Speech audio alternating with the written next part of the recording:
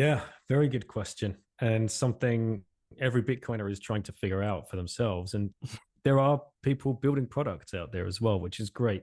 There's Shamory is the first one that springs to mind. Scott and Mallory Sibley do a great job there.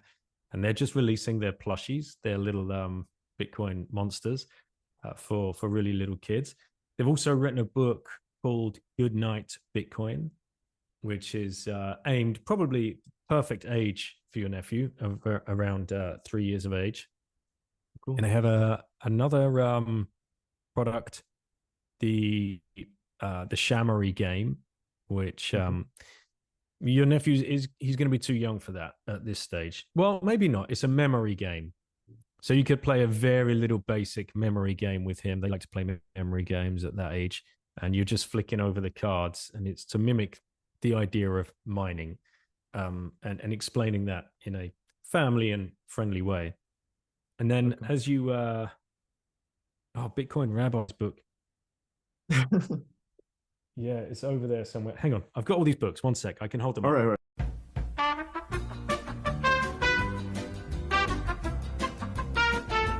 Uh Bitcoin for Kiddos as well. Here's one. Oh, okay, Another perfect. another one for really, really young guys. And this is written by Chris and Frida Bobe.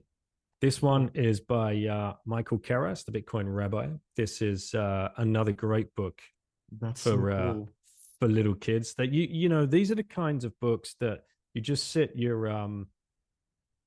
kids or your nephew on your lap, and you just read them, and you just let them Good point night, at the Bitcoin. pictures.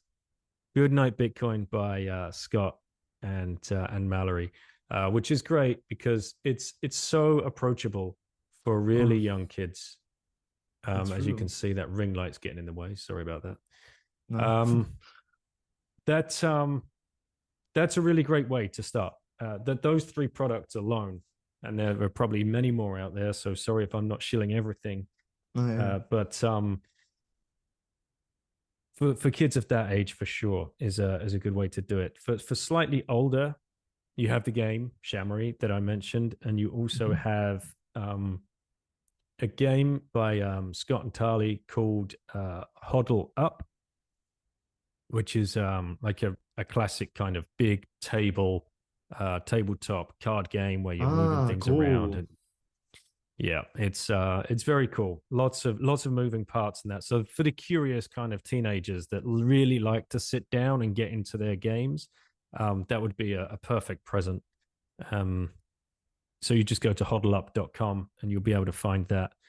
Uh, Otherwise, YouTube videos. The Tuttle twins have just released a series of really short, sharp, excellent cartoon videos about Bitcoin. You also have um, Actually, sorry, people sorry to like, interrupt. I yeah, just watched one that Michael Saylor retweeted this week, but I don't remember the name, but it was really cool. I yeah, don't remember. Yeah. yeah. So, So if you so just subscribe to Tuttle Twins, Tuttle twins on YouTube, you'll find those little cartoon okay. videos, just 2 or 3 minutes long, and aimed at really, really young kids as well. There is so much being done. The way it worked for me, Lauren was 9, and I just started the podcast, and it was kind of like exciting in the family. What do you mean you're going to start a podcast? You're going to record yourself, and what do you mean you're talking to people from all over the world? And so there was this kind of, because I'd never done anything like that before. Me Again, neither. self-taught, right? Like you, completely self-taught. Uh, and she said, "Can I come in and ask a question?" I'm like, that's actually a great idea. Of course you can. So she came in and we were sitting down. That particular interview was with Andrew Edstrom, who's the author of Why Buy Bitcoin. Mhm. And yeah, that's what kicked it all off. And she's been asking questions on every show pretty much ever since. So she's met everybody as well, That's so via cool. via the podcast. And every now and then my son might come on and ask a question. If I tell him, oh, I've got a footballer who's going to come on and talk about Bitcoin, or a baseball player, or a racing driver, he's like, whoa, yeah, I want to come and ask them about a Bitcoin. So That's so cool. yeah.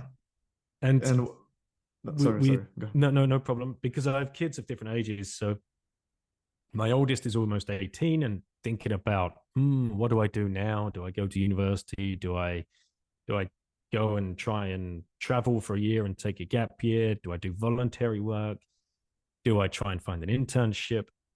So coming to Miami with me is my 18-year-old and my twin 12-year-olds now. So Lauren, who asks a question on each show, and Samuel, her brother, and Caitlin and Lauren are going to be working for the full 3 days at the conference, helping Saifuddin Ammous selling his new book. So they're going to be with Saif all day. Principles of Economics, right? Yes. So he's there to promote that book, but obviously he'll have all of his books there to sell and to sign. And that's inspired my daughter, who's 18, to have at least read the Fiat Standard by the time she meets Saifuddin, and gets to can get in his head a little bit. And that was a deliberate ploy of mine to try and put her in front of the right people who are going to be able to inspire her and hopefully get her thinking differently about mainstream economics and how money works and what Austrian economic theory is and what Bitcoin is. So that is the way that I'm trying to educate all of my kids. Exposure to the tools that are out there that are being made by other Bitcoiners, exposure to the actual people, whether that's via a Zoom call, on the podcast, or meeting in person at conferences, because I try and take all the family to as many conferences as I can. And my latest idea is to try and get them interning or doing some kind of work at the conferences directly for Bitcoiners. So that's cool. The idea being the education just happens naturally.